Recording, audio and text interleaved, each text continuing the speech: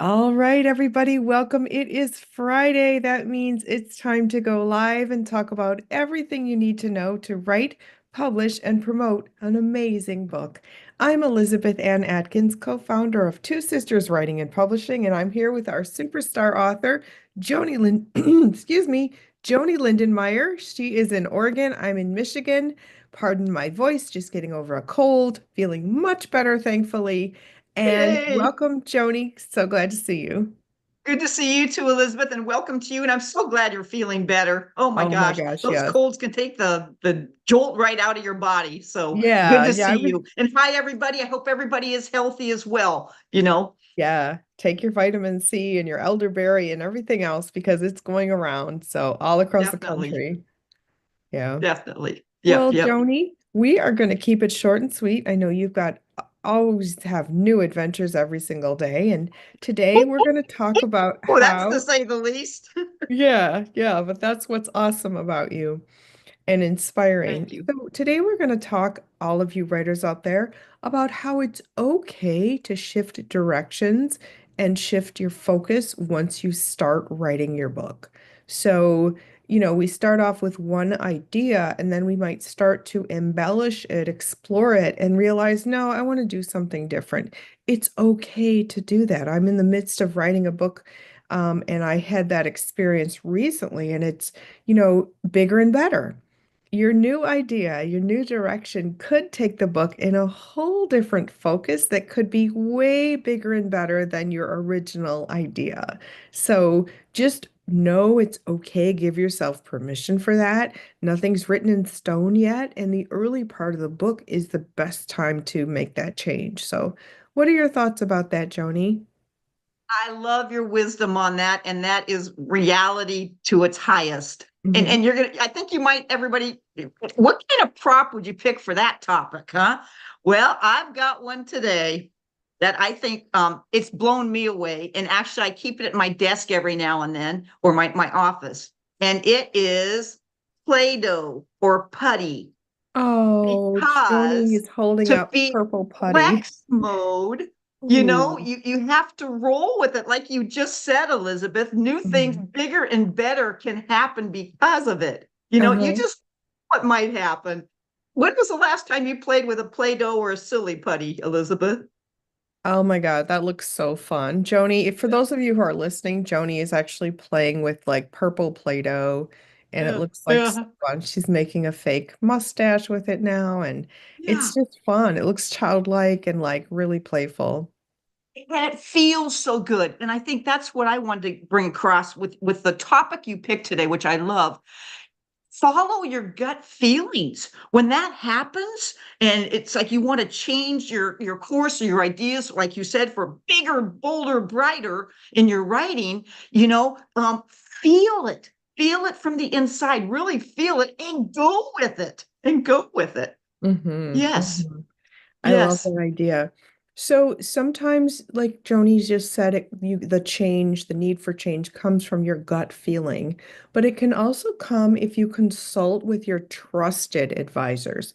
And I Mm-hmm. emphasize trusted because sometimes people around us, they could be frenemies, they could be family members who want to control things for you or think they know best. It's your book. You get to decide the focus, the content, the style, everything. So don't ask people who you think might try to impose their vision on your book or try to control you in general in your life. And also don't ask people who might be jealous or um, Good point. not have the best interest. Unfortunately, that is a reality in life where there are people who are resentful, jealous, envious, and they might steer you in the wrong direction on purpose. So they're drinking haterade and they have no place in your creative circle. So please just do not include them. But if you do have a trusted circle of advisors, that could include an editor, a book coach, a friend that you trust who has your best interest, smart people who maybe have written books before or are or avid readers who can give you insights into what they've read and what's resonated with them in different book styles. So choose your advisors carefully, but the bottom line is it's your book and you get to decide. Your thoughts, Joni? Right on again. I tell you, you are like A plus all around today, Elizabeth. Thanks. Yes, to have that trusted person. I'm looking back when we wrote this book, Elizabeth. We started out with a certain direction, and people kept saying, "Well, why don't you do this? Why don't you do that?" And it was all kinds of information from people that was coming into my heart and my brain, and I had to sit with that, and I had to think about it and pray about it. And for some of the people that gave me great ideas, I incorporated those into them. And I Mm-hmm. think that's why it became so great of a book, is that we Mm-hmm. listened to other people, but yet we followed our own heart. So yeah, Right. the trusted part, the trusted friend. Oh my Mm-hmm. gosh, just that's Yeah. very powerful, Elizabeth. Thanks, Joni. So you also need to set boundaries and not have any awkward feelings if a friend or advisor recommends something that you don't want to do. Right. Again, it's your book, and you do not have to be swayed or influenced by other people. They can write their own book and do it their way. So you have I have to said that to people. I have said that to people. really. Hey, you're giving me great ideas. Why don't you write your own book? This is my book. Ah, I love it. I love it. But a lot of times people are people pleasers and they're worried what other people are going to think and they don't want to make people Mhm, mad.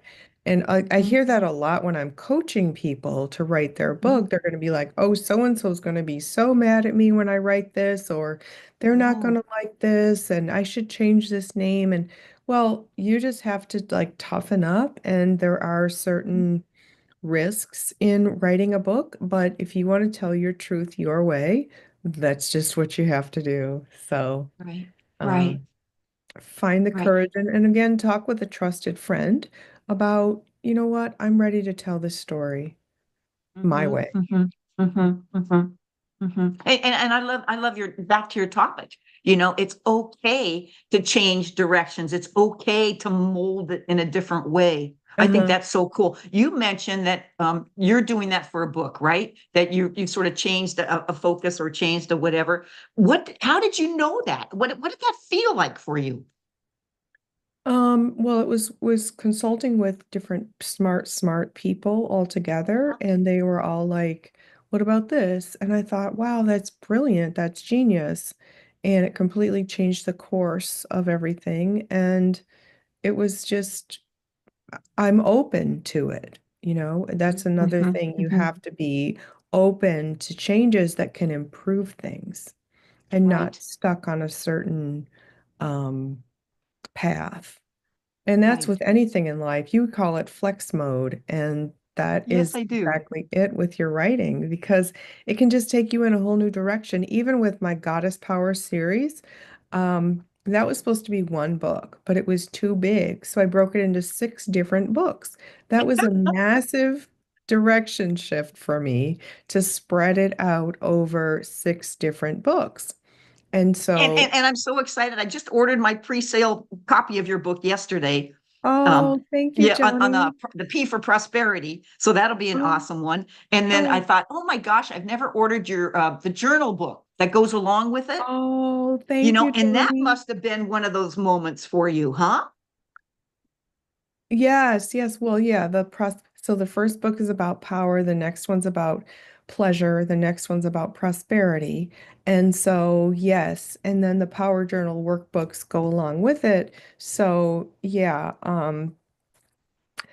yes, it's everything is in flex mode. I mean, my day can be in flex mode in terms of what I'm working on, what deadlines am I facing, what's most urgent, what phone calls or coaching sessions do I have. So everything is like that. So just allow your writing and your focus for your book to flow just as easily. And then you don't want to change too many times because it's a lot of energy that you're putting into to organize and outline at the beginning. The heavy Mm-hmm. lifting is at the beginning, and that makes the rest of the writing journey more smooth because you have your roadmap of what you're doing. And so you really put a lot of thought and energy into the strategy up front. and decide, okay, this is what I'm going to do. Another thing is you can look at the market and see what's hot, what is Oh, oh, trending. Don't be completely swayed by what's trending because the best books come from your heart and soul, your most authentic voice and vision. And it's not about what's hot in the moment because that's going to change by the time your book comes out. oh. So it's really important to know what the trends are and see, watch current events, see what's going on. But again, always follow your own heart and soul. Joni, I know you've definitely done that in your writing. Well, thank you, thank you, and so do you, and so do you. And Mhm, I think you said a couple words in there that just words always trigger things for me. So when you say flow, I love that because that's really what the writing is all about to me. It flows, it mhm, flows. And you mentioned the word smooth. And there are mhm, times when you're at the computer and or the pen and paper, however you're writing, maybe you're doing it by voice even, that it just smoothly flows. And then there are mhm. other times where it's just sort of choppy, but still you get it out of yourself. And you can always go back, as you've taught me, read it over, think about it a little bit, pray about it, however that sets in your insides, and then you'll know. So Yeah. I love those words that you use, the flow and the smooth. Hmm. Okay, excellent. I love it. I love it. Yeah. Awesome, Joni. So, shifting directions, it takes some courage too. Can you talk about the courage, Joni, to share what you really want to share from your heart and soul, even if it's scary? Oh, talk about the courage. Courage is a strange thing. The opposite of fear, according to my niece Chloe, Aunt Joni, the opposite of fear is bravery. And you are brave, Aunt Joni. I Oh, think that's where it comes from. When you hear somebody else tell that to you, or your self talk, and that self talk is so important. I think you also classify it as self care, self love, self talk of just saying, I want to say this. I want to do this. I believe in what I have to say can make an impact. That's what gives me the courage, which it comes from that belief. Um, is it always that powerful? No. I mean, it's scary sometimes to be out there or to write something that might be controversial, or hmm people will hate it or dislike it or think of you this way or think of you that way. And I guess, honestly, Elizabeth, as a lesbian woman, I think back with Carol and I and our relationship. That's where our courage came from. We just had to do it every day in some way to be us. mm, And when you do that over and over and over again, and you have support from a friend, a family member, a lover, whoever that is, that tells you, yes, you are wonderful, you are beautiful, you are courageous, you go for it. You just keep doing it. And then it just becomes habitual almost that you have to say what you really need to say. hmm You have to act the way you really need to act and be. Does that hmm make sense? Absolutely. I love that. And then that translates into your writing so that it's a no-brainer. It's just, this is who I am and this is what I'm writing and I'm telling my story. I love Right. that, Joni. That was beautifully said. Well, thank you. Thank you. You're Almost a mic welcome. drop. I'm trying to learn how to do mic drops. No, they just happen when they happen, you Right, know. they do. They do. So I know Yeah, we have one more minute before you need to dash onto your next I do. adventure. So any final words you'd like to share with people, Joni? Yeah. You never know where your book is going to take you. I think, and that's the exciting thing is Elizabeth calls them adventures. And I know she has her own adventures that are just out of this world. Catherine has hers and so many other authors I've met. You've mentioned you have 60 books that you've completed with people. I think that's correct, right? Yes. I Uh-huh. would love to see a list and read or have a panel someday with all these great authors, and their books. Oh. And if they're not alive today, to know that their books are continuing. And I guess that's my message to people as well. My final thoughts is do your book, write your book, because it will impact somebody and it will last forever. Yes, beautiful, Joni. That's awesome. Awesome. Well, I hope you have a safe experience today, and I wish you the best. I'm so grateful that you're here to share your wisdom with all of these authors out there who can glean nuggets of wisdom and write an amazing book. So, Joni, have the best day, and thank you. Thank you so much. Thank you so much. Bye, Elizabeth. Have a great day. Bye. You Hugs, too. everybody. Happy adventures. Bye. Bye bye. Love So, everybody. Bye bye. bye. So, what Bye. Joni just said about writing your book and it being your legacy, that is the case for a dear friend of mine who just died this week, Al Allen. He was an award-winning um, TV journalist here in Metro Detroit. I met him decades ago, and he wrote a memoir, and we published it. And it's really excellent. It's very unique. It's based on his life, his way. It's people told him, write a longer book. It should be bigger. Your life is too big for that little book. But that's what he wanted to do. He wrote vignettes from his life that are written in like broadcast news form. It's so unique. And it's called We're Standing By, meaning that's what you say when that's what he would say when he was out on a news story. We're standing by, waiting to go live on the air. And so Al wrote this book. He had parties. I interviewed him at the NABJ convention in Detroit, the National Association of Black Journalists.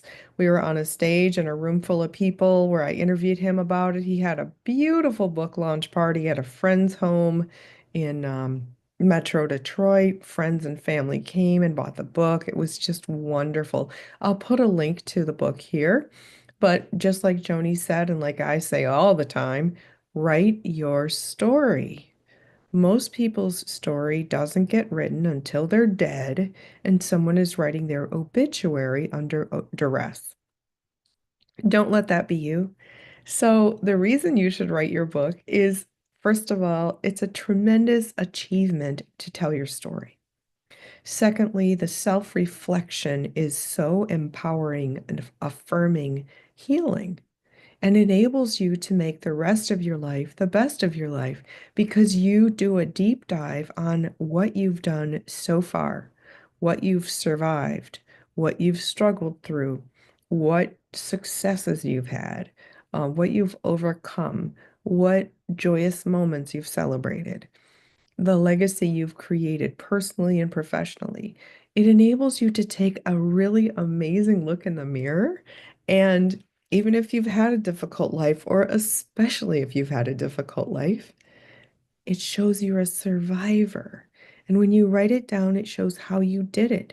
And you share that blueprint for success with others. It's really amazing. So those are some reasons. And secondly, your book can change your life in terms of money. It creates a new income stream when you sell books. If you want to be a speaker, you could be a paid speaker and sell books. So there's two income streams. It's a credential making you an expert in whatever your topic is.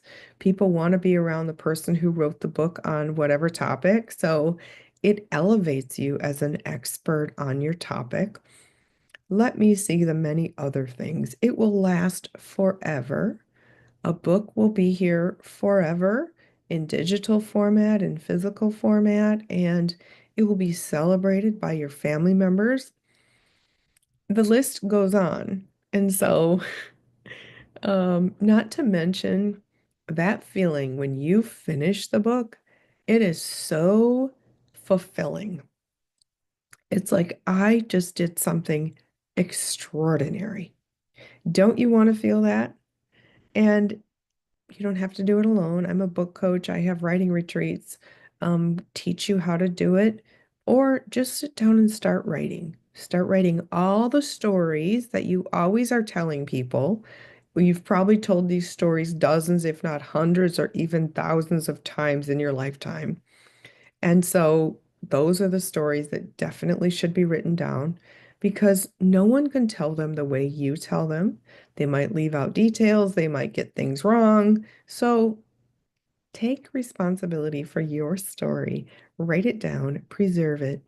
You don't have to publish it. You can just give it to your friends and family upon your, um, whenever you want to. But some people do it upon their demise and they're like, this is my parting gift to all of you. I love you dearly. Here's my story. And a lot of times when you have kids, even grown kids, they don't really want to sit down and talk about all the details of your life until they're way older. And oftentimes, sadly, the parents are no longer alive to ask them, or they might have dementia and don't remember. So do it while you can, while you're healthy, while you have your mind power to do a book and remember everything. So do it now.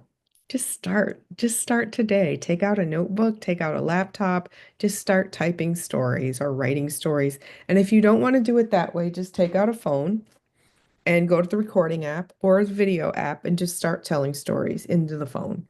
Or do that with your elders. Like say, "Hey, tell me the story about how you and mom met, Dad. Grandpa, tell me about when you were in World War II. What was that like? I want to hear the stories. Tell me about how you survived the Depression. What was that like?" So all those things that most of the time we can only learn about through history books. And so go for it. Write your story, celebrate your life. Don't be afraid to shift gears once you get started if you want to shift directions. Know that I'm here as a book coach. Please go to twosisterswriting.com and learn all you need to know about how I can help you write, publish, and promote a great book. We are celebrating 9 years in business, more than 60 books so far. It's really exciting and thrilling, and I want to help you have that feeling. So, I'm Elizabeth Ann Atkins, co-founder of Two Sisters Writing and Publishing. Joanie had to dash, and I hope she's having an amazing adventure today. And we will see both of you next week for another live podcast about everything you need to know to write, publish, and promote an amazing book. Please visit twosisterswriting.com, and we wish you happy reading